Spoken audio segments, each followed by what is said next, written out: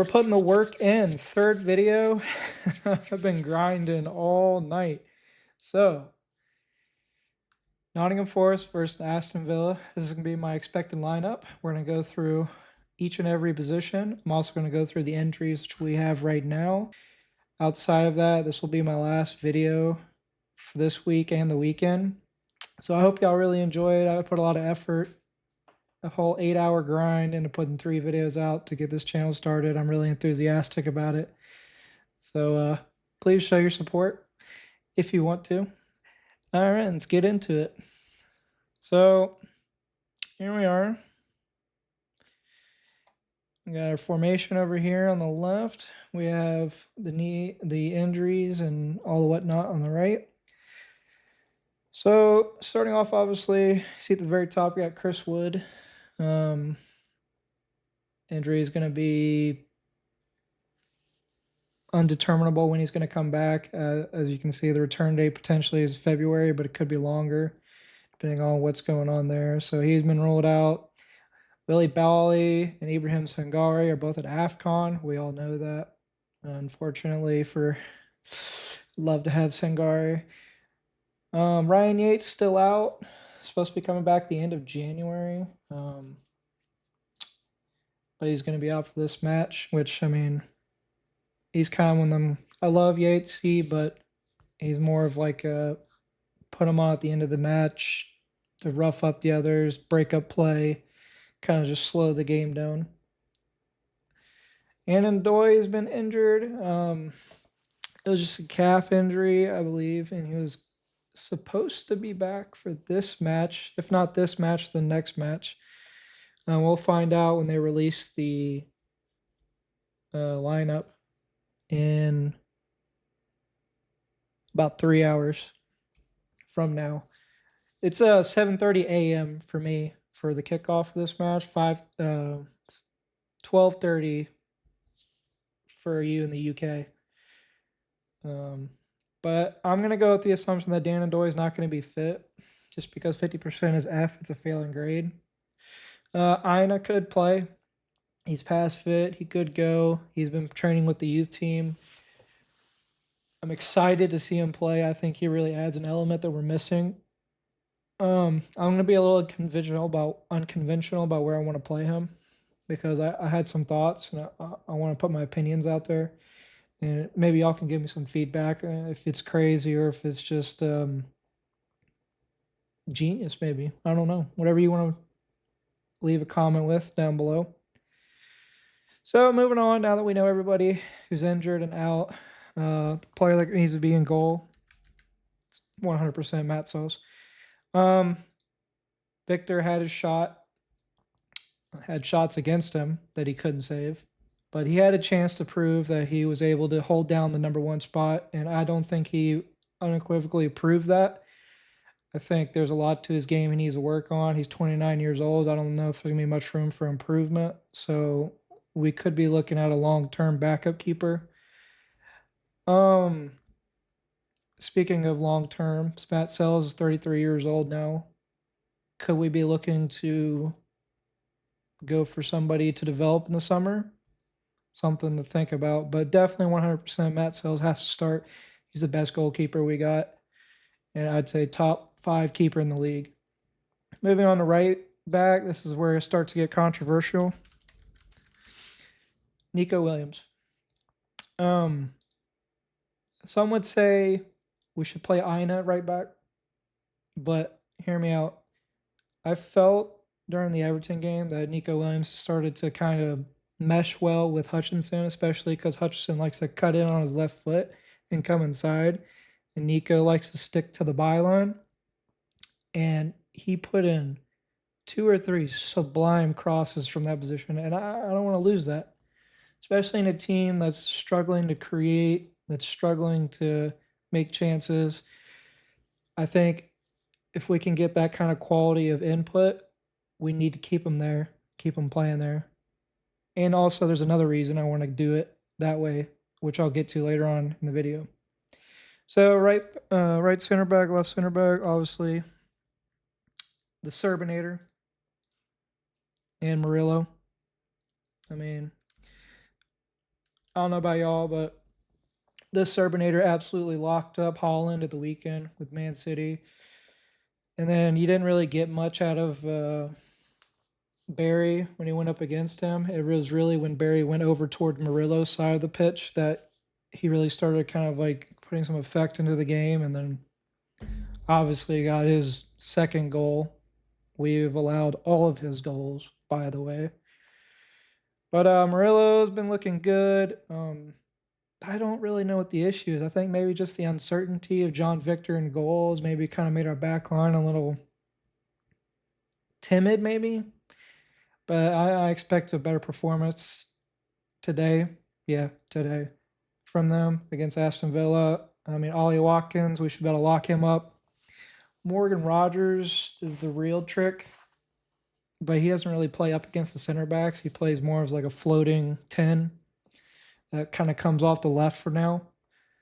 And I have full faith in Nico Williams to lock up anybody in that area. It's just when he drifts inside and you got Ollie pushing up against the center backs. How are we going to cover him? Who are we going to play in midfield? I'm going to let you know my thoughts on that. So left back, Olaina. Yeah, we throw him right in. 2 reasons. 1, I don't want to see Zinchenko on my pitch for my team ever again. Never again. He is absolute horse crap. So that leaves only one other option, and that's Savona. And as much as I love Savona, and I think he's a player that could be developed,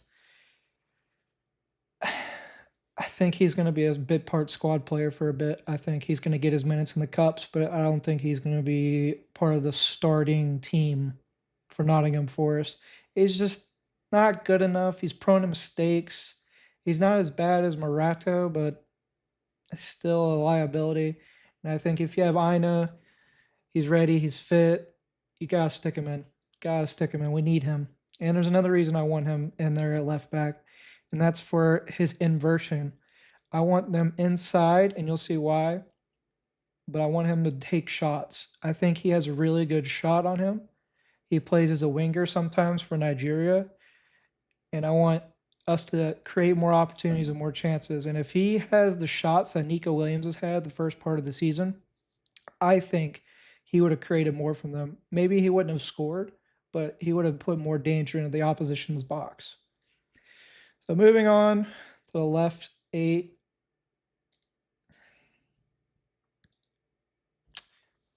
Has to be Anderson, obviously. That's not what I'm thinking about. I'm thinking about the other midfield spot. Anderson, listen.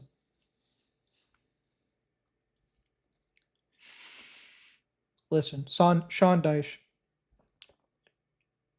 if you're listening to this, please, for the love of everything holy, play Anderson in the 6. He's a 6, bro. He can't shoot. He can't really create. He's a 6. Please, bro.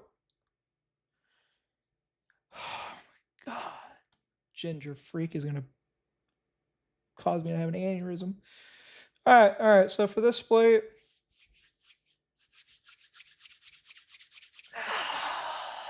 who to play? Obviously, the choices are Douglas Luiz or Dominguez, right? Morgan Rogers is primarily on that left side. He likes to come in, and he's their primary threat. I think y'all are going to hate me for this because everyone knows Dougie Luiz has got it. I think Dominguez has to play. I think he has to at least start. And that's because you're going to have Morgan Rogers over here on this left side, kind of in this little pocket of space between Nico Williams and Dominguez. I need defense. I need us to be able to lock him down. And honestly, he's like a little terrier, bro. He's like a 8. I see him running up and down the pitch. I need him to keep up with Morgan Rogers. So that's why I'm playing Dominguez. Douglas Luiz, I know he adds creativity. I know he adds possession. I know he adds stability.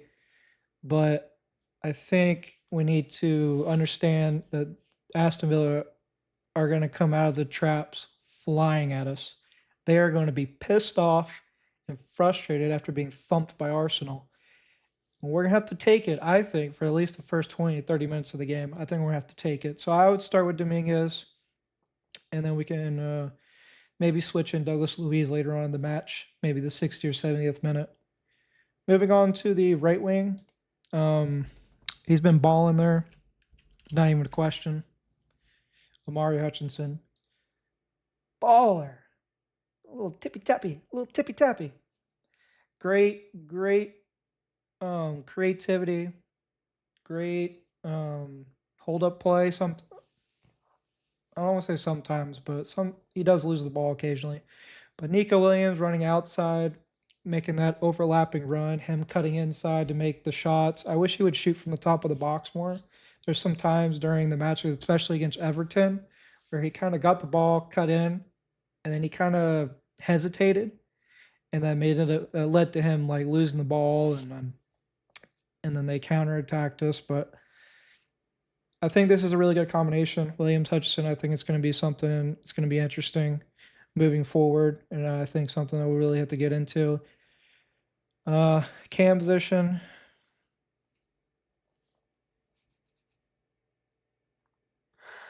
Bro, you don't know how much I want to put Douglas Luiz there.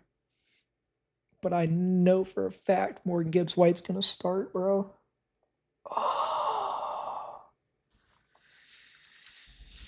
Oh. God. Feels up to me, I'd put Dougie Luiz right there. That's where he'd go right there. I think he'd do good as a 10, especially in our type of system where the 10's expected to kind of drop deeper to help out. I think he really would excel at being the 10 for us. I don't want to talk about that anymore. Anyways, moving on the left wing side, this is going to be kind of like where I was going with all my earlier comments and kind of what I want to get to. Bakwa. Well, tippy tap. He has the same dribbling ability, if not better, than Hutchinson. I was thinking about putting him on the right, but I don't know for a fact how good his shooting is. So when I had the toss up between them, I just stuck with Hutchinson because he and Williams had that relationship. So I think Bakwa on the left, and he likes to take it outside. He's left-footed. That's why I said it'd be interesting to have Aina here, because Aina comes up the pitch, and then he'll be on the inside, inverted, with his right foot to shoot, and Bakwa will be on the outside, like a winger type, to make the little runs and make the cross into our striker. I think it could be interesting. I think if you got Hutchinson cutting in, Williams overlapping, Dominguez kind of controlling the little 8 position, Anderson the 6, Gibbs White kind of flirting around, Bakwa coming outside, Aina cutting in, and being an inverted fullback, we could really create a lot of opportunities. I just don't think it's going to work out that way. I think Dyche is got to stick up his ass. Anyways, moving on to my striker position. Wadinha still injured. Igor hasn't produced anything. Cali Mawindo's off to Frankfurt. So I guess you're going to ask me, would I rather play Igor Jesus or Taiwo Awani? Bro. Get that yeet out of here, bro. Get him out, bro. Oh, where are you? Where are you, Igor Jesus? Where are you? Oh, they don't even have his picture in here. That's messed up. Oh, man. So anyways, that's my team. I think it's really creative. I think it offers a lot of different things. I think if he goes with this lineup and these tactics, we could see a really interesting game. Unfortunately, I don't think we're going to get that. I think we're going to see a lot of dice ball, a lot of long balls, a lot of crosses. I think it's going to be another beatdown. Unfortunately, I'm going to have to go Aston Villa 2, Forest 0. And hopefully that's the extent of which we bleed. I just don't see. I mean, I think defensively we could hold up, but at some point in the game we're gonna have to open up to score because we struggle to score. It's not easy. So we have to open up in order to get chances. And when that happens, I think Aston Villa will take advantage of that with a lot of the quality players they have. But hey, never know the outcome until we play the game. Make sure you guys comment, like, and subscribe. Leave a comment down below. Tell me what your score prediction is. And let's all go suffer together. Come on, you Reds!